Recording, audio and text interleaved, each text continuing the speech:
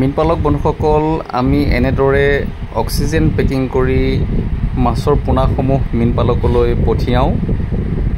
যথেষ্ট উন্নতমানৰ পোনা, যিদৰে জয়ন্তী ৰৌ, জীয়াই কাটলা, আমুৰ কাৰ্প, উন্নতমানৰ চিতলৰ পোনা, ৰূপচান্দা, কচ মাছ আদিকে ধৰি ভিন্ন প্ৰকাৰৰ মাছৰ সৰু পোনা এনেদৰে পেকিং কৰি পঠিয়াব পৰা যায়।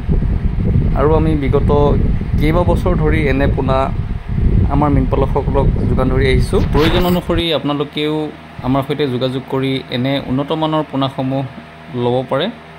অসমৰ ভিন্ন জিলালৈ আমি এনে পোনা পঠিয়াই থাকোঁ আৰু আপোনালোকে দেখিব যে আমি অতি সুন্দৰভাৱে পেকিং কৰোঁ, য'ত পানী ওলাই যোৱা বা মাছৰ মৃত্যু হোৱাৰ আশংকা নাই। অতি সুন্দৰভাৱে গন্তব্যস্থান পায়গৈ মাছসমূহ। আৰু মাছৰ সমান্তৰালভাৱে আমাৰ পৰা আপোনালোকে উন্নতমানৰ দানা, উন্নতমানৰ ঔষধ ল'ব পাৰিব। যিসকল মীনপালকে ল'ম বুলি ভাবি আছে তেওঁলোকে আমাৰ সৈতে যোগাযোগ কৰিব। ধন্যবাদ।